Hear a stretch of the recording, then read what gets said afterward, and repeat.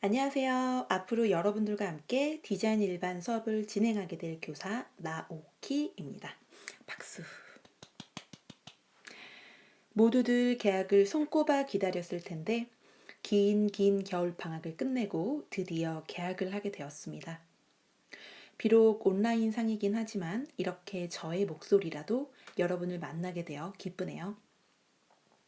하루빨리 코로나가 종식되어 우리 서울공업고등학교 학생들의 얼굴을 마주보며 수업할 수 있는 날이 오기를 바라봅니다. 이 디자인 일반 교과는 서울공업고등학교 2학년 전체 학생들이 수업을 듣는 공통교과입니다. 저 외에도 디자인 일반 교과 수업을 담당하는 선생님이 한 분 더 계시고요. 서로 담당하는 학과들은 다릅니다. 선생님이 담당하는 학과는 총 6개 학과인데요. 신소재금융과, 산업설비과, 토목건축과, 바이오화공과, 그래픽아트과, 마지막으로 세라믹아트과 수업을 맡고 있습니다. 저는 작년에 세라믹아트과 담임을 했던 터라 우리 세라믹아트과 학생들이랑은 너무너무 친하고요. 그리고 바이오화공과 학생들도 작년에 저와 함께 기초제도 수업을 같이 진행했기 때문에 아마 저를 잘 알고 있을 거라고 생각합니다. 그리고 산업설비과의 몇몇 학생들이 작년에 선생님이 운영하는 보드게임 동아리 수업을 들었던 걸로 기억하고 있습니다. 그렇지만 너무 미안하게도 그 외의 과 학생들과는 안면이 많이 있진 않아요. 등교하고 나서는 선생님이 최대한 빨리 얼굴과 이름을 익히도록 할 테니 우리 많이 친해져 보도록 합시다. 선생님 교무실은 금영동 5층 취업지도부실이니 질문이나 용무가 있는 학생들은 그쪽으로 찾아오시면 됩니다. 여러분들 작년 1학년 교실 그 건물 맨 끝층, 맨 끄트머리에 있고요. 아마도 정보컴퓨터실 옆이라 찾기가 쉬우실 거예요. 그렇다면 왜 디자인일까? 디자인은 인공지능이 대체할 수 없는 미래지향적인 직업으로 인정받고 있습니다. 경향신문, 노컷뉴스, 뉴스이스, 이스데일리의 자료를 통계로 대체 불가능한 직업 30개를 뽑아봤습니다. 그중 16개의 직업이 디자인과 아주 밀접한 연결이 되어 있었는데요. 1위로는 화가 및 조각가, 2위로는 사진작가 및 사진사, 그리고 그 뒤를 이어서 애니메이터 및 만화가, 메이크업 아티스트 및 분장사, 공예원, 패션 디자이너, 제품 디자이너, 시각 디자이너, 웹 및 멀티 디자이너, 디스플레이어 디자이너, 죄송해요. 한복 제조원, 마술사 등 기타 및 예술 관련 종사자, 큐레이터 및 문화재 보존원, 영상 녹화 및 편집 기사, 촬영 기사, 섬유 및 염료 시험원 등이 디자인과 밀접하면서도 전망 있는 직업으로 뽑혔습니다. 그리고 여러분도 느끼셨겠지만 이 직업들이 순수 미술, 순수 예술만을 담고 있는 직업도 있지만 창의력과 인간적인 감성이 필요한 직업들이라는 것도 알 수 있을 겁니다. 이처럼 많은 직업들이 디자인 감각을 필요로 합니다. 그리고 점차 사람들이 디자인의 필요성을 인식하게 되니 디자인 박물관이 설립되기 시작했고요. 디자인 학교도 세워졌습니다. 그러면서 디자인은 국가 산업 발전에 기여하는 중요한 요소로 인식되기 시작했습니다. 그래서 우리는 디자인을 배워야 합니다. 그래픽 아트과나 세라믹 아트과 학생들은 디자인 수업을 하는 거에 있어서 충분히 인지를 하고 있을 거예요. 아트과이기 때문에. 하지만 아트과가 아닌 타과 학생들은 선생님, 왜 저희가 디자인을 배워야 돼요? 라고 질문을 할 수가 있습니다. 아주 좋은 질문이에요. 디자인 수업은 지, 정, 의를 모두 갖춘 전인적인 창의성 교육입니다. 여기서 지정이란 알지자를 써서 머리로 아는 이성적 지식을 말하고요. 정은 뜻정자로 마음속에 일어나는 감정이나 충동을 말합니다. 마지막으로 의는 뜻의자로 감정 속에 일어나는 충동을 행동으로 실천하는 의지를 말합니다. 모든 직업에는 이러한 전인적인 창의성을 필요로 합니다. 교사도 마찬가지예요. 어떻게 하면 학생들과 즐겁게 수업을 할 수 있을까? 내가 이렇게 PPT를 만들었을 때 학생들이 이해하기 쉬울까? 이러한 디자인을 학생들이 좋아할까? 이렇게 끊임없이 생각하고 고민하고 또는 동료 선생님들과의 회의 및 피드백을 통해서 아이디어를 도출해내기도 합니다. 이렇듯 우리는 디자인 일반 시간에도 비슷한 수업을 하게 될 거예요. 스스로 문제점을 찾아낼 거고요. 그리고 그 문제를 해결하기 위해 친구들과의 토론 또는 협력을 통해서 아이디어를 추출하게 될 겁니다. 또한 스스로가 남들이 생각해내지 못한 아이디어를 추출하기 위해 개인과의 끊임없는 시간 싸움도 필요하고요. 이러한 문제 해결의 프로세스를 거치면서 여러분들은 참신한 아이디어와 창의성이 발산하게 될 겁니다. 그리고 선생님이 여러분들과 함께 디자인 일반 수업을 하는 데 있어서 가장 중요한 목적. 요즘 학생들은 SNS와 카카오톡으로 인한 소통 부족으로 개인적인 창의성은 높으나 사회적인 창의성이 매우 부족해요. 그래서 디자인 일반 수업만큼은 친구들끼리 서로 얼굴 마주보고 웃으면서 수업에 부담 갖지 말고요. 아트로 힐링하는 시간, 즐거운 시간이 되었으면 합니다. 디자인이란? 디자인은 참 많이 들어보기도 했고 여러분들이 직접 이 단어를 사용하기도 했을 거예요. 하여간 엄청 흔히 보이고 자주 쓰는 단어이기도 합니다. 요즘엔 주변을 둘러보면요. 디자인과 관련되지 않은 것들을 찾기가 힘들 정도로 디자인은 우리 생활에 밀접하게 와닿아 있습니다. 여러분들이 지금 앉아있는 의자, 책상, 방 안의 침대, 컴퓨터, 노트북, 시계, 핸드폰 등 제품 포장부터 먹는 음식에 이르기까지 디자인이 적용되지 않은 영역이 없고요. 오늘날에는 모든 것을 볼 때 디자인을 빼고 이야기하기란 힘들게 되었죠. 선생님은 전공이 디자인이다 보니 주변에서 많은 도움의 손길을 요청합니다. 이거 디자인 좀 해줘. 해서 들여다보면 시각적으로도 예쁘게 만들어 달라는 요청일 때가 많아요. 물론 그런 장식 역시 디자인의 한 부분이기도 하지만 그게 전부라고 생각하면 디자인의 범위를 너무 좁게 설명한 거고요. 디자인의 본질은 데코레이션이 아니라 커뮤니케이션에 있습니다. 자, 그렇다면 여러분들에게 디자인에 대한 이해를 돕기 위해서 짧은 영상 하나만 보고 오겠습니다. 영상은 유튜버이신 디자인 말풍선님의 영상입니다.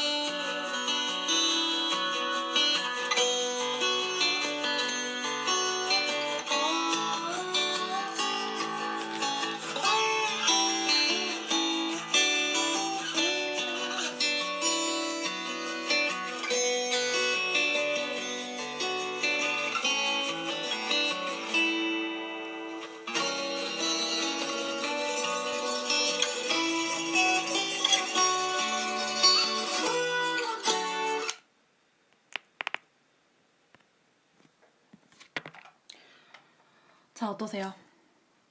영상을 보시고 디자인이 무엇인지 조금 더 이해가 되셨을까요?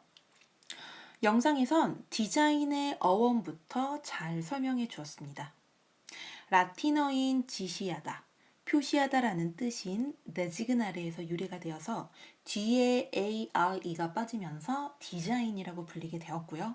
불어로는 데생이라고도 읽습니다. 명사로는 목적, 계획, 동사로는 지시하다, 계획을 세우다, 스케치하다라고 표현하고 있습니다. 그리고 가장 중요한 부분, 디자인 말풍선님께서 디자인에 대한 정의를 참 잘 내려주었는데요. 첫 번째는 어떠한 목적을 달성하기 위한 창조 활동이다. 두 번째는 문제를 발견하는 것부터 해결하기까지의 과정 또는 결과이다 라고 정의를 내려주었습니다. 여러분은 기억하기 쉽게 주황색의 큰 글씨만 보면서 디자인은 창조 활동, 그리고 문제 해결 과정이다 라고 외우시면 될 것 같습니다. 요거 계약하면 선생님이 꼭 물어볼 거예요. 기억하고 계세요. 그리고 하나 더.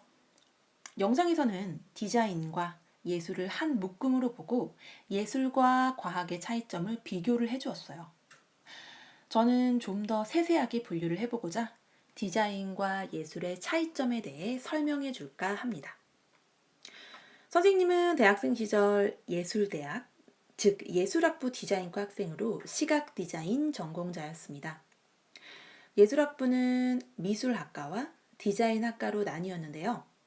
미술학과 안에는 한국화, 서양화, 조속과 등 순수 미술을 전공하는 학생들이 있었고, 디자인학과는 시각 디자인, 의상 디자인, 공예 등 선생님처럼 디자인을 전공하는 학생들로 나눠져 있습니다. 하지만 타학부 학생들은 저희들을 너흰 그냥 미대생들이야 라고 같은 카테고리로 묶어버리더라고요. 그래서 선생님이 예술과 디자인의 차이점에 대해 명확하게 짚어줄까 합니다. 아마 이렇게 생각하시는 분들이 많을 거예요. 배우지 않았을 때는 상관없지만 오늘 이렇게 배움으로 인해서 예술가와 디자이너들을 서로 다른 관점으로 봐주시면 참 좋겠습니다. 예술가는 자기를 표현하는 사람입니다. 그들은 자신이 전하고 싶은 메시지를 자신이 알아볼 수 있는 언어로 표현을 합니다. 그래서 그 작품의 근원은 오직 예술가 자신만이 알 수 있고, 우리가 순수 예술 작가들의 세계를 어렵다고 생각하는 것도 바로 이 때문입니다. 그들의 목적은 우리를 이해시키는 것에 있지 않기 때문에 예술가들의 작품을 보면서 알아보지도 못할 걸 왜 만들지? 라는 생각을 할 수도 있습니다. 그런데 그들의 작품은 보는 이들로 하여금 영감을 일으키기도 하고, 그것이 또 다른 새로운 작품으로 재탄생하는 데 지대한 영향을 주기도 합니다. 예술은 개인이 사회를 마주보는 개인적인 의사표명으로 발생의 근원이 매우 사적인 데 있다. 디자인은 본질적으로 메시지를 타인에게 전달하는 것을 목적으로 합니다. 목적 자체가 본인의 내면을 표현하는 것이 아니라 메시지의 전달에 있기 때문에 보는 사람이 그 계획이나 과정, 결과물을 이해할 수가 있습니다. 따라서 디자인은 예술과는 달리 좋은 디자인, 나쁜 디자인으로 분류하여 평가가 가능한 영역으로 명확한 목적을 지닌 활동이기도 합니다. 디자인의 목적은 단지 예쁘게 만드는 것만이 아니라 생활과 직접적으로 연관되어 있어서 사용하고자 하는 용도와 목적은 물론 편리함과 미적인 부분까지 함께 생각해야 하므로 구체적인 목표는 다르지만 공통되는 기본 목표는 미와 기능의 합이라고 할 수 있습니다. 디자인은 기본적으로 그 동기가 개인의 자기 표출 의사에 있는 것이 아니라 사회 쪽에 있다. 선생님이 말한 내용을 더 쉽게 이해할 수 있는 영상을 한 편 더 보겠습니다. 영상은 유튜버이신 널 위한 문화예술님의 영상입니다.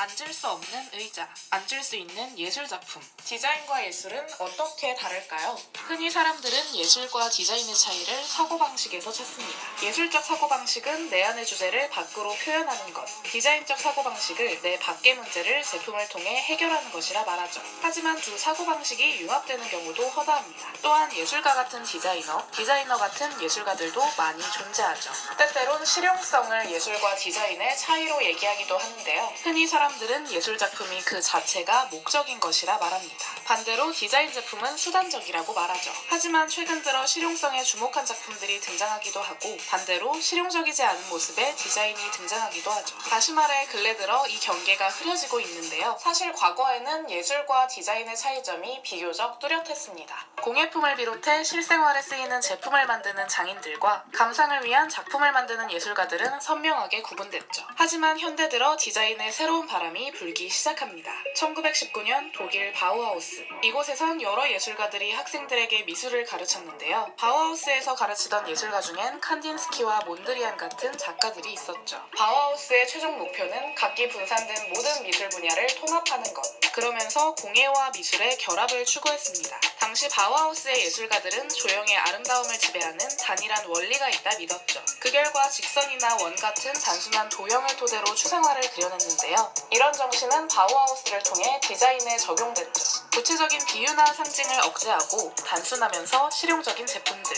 바우하우스의 예술가들은 기능적인 것이 아름답다는 정신 아래 가장 우수한 표준을 만드는 데 전념했죠. 이러한 정신은 장인의 시대에서 산업시대로 넘어가는 시기 새로운 디자인들을 탄생시키며 현대 디자인의 모태가 되었는데요. 다시 말해 예술가들의 생각이 현대 디자인을 탄생시킨 것입니다. 최근 들어서는 포스트 모던 디자인이 등장했는데요. 포스트 모던이란 한 가지 패턴이나 개념으로 묶는 것을 경계하며 이러한 흐름으로부터 탈출하는 움직임을 말하죠. 단일한 원리를 쫓던 바우하우스 디자인과 달리 포스트 모던 디자인은 아름다움의 원칙 같은 건 존재하지 않는다고 생각했죠. 따라서 단순한 패턴이나 조형성을 넘어 제작자만이 가진 스토리를 디자인에 담아내는 시도들이 이어졌는데요. 그러면서 예술과 마찬가지로 디자이너의 생각이 작품에 담기기 시작했죠.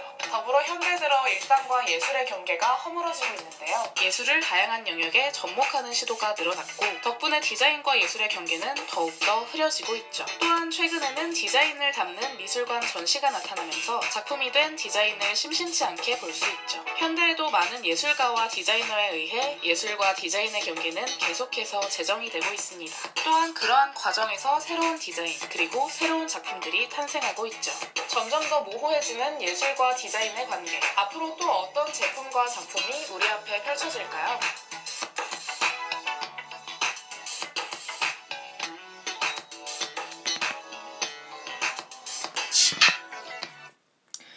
어때요?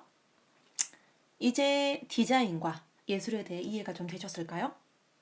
널 위한 문화예술님은 디자인과 예술의 경계가 점차 모호해진다고 했지만 그래도 선생님이 결론을 내려본다면 예술은 기능성이 배제된 순수한 미를 추구하는 단방향 소통 방식이고 디자인은 기능성, 생산성, 제품 효율과 가격 대비, 성능 등을 모두 고려하여 그것들을 조화롭게 결합하는 양방향 교류 과정이라고 결론을 지을 수 있겠습니다.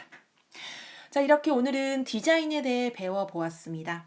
첫 시간이다 보니 이론적인 부분들이 많아 설명이 길어졌는데요. 다음 시간에는 굿 디자인에 대해 배우면서 눈이 즐거울 수 있도록 재미있는 시각 자료들을 많이 준비할 수 있도록 하겠습니다. 다음 시간도 기대해 주세요. 영상을 끝까지 시청해 주셔서 감사합니다. 모두들 다음 시간에 만나요.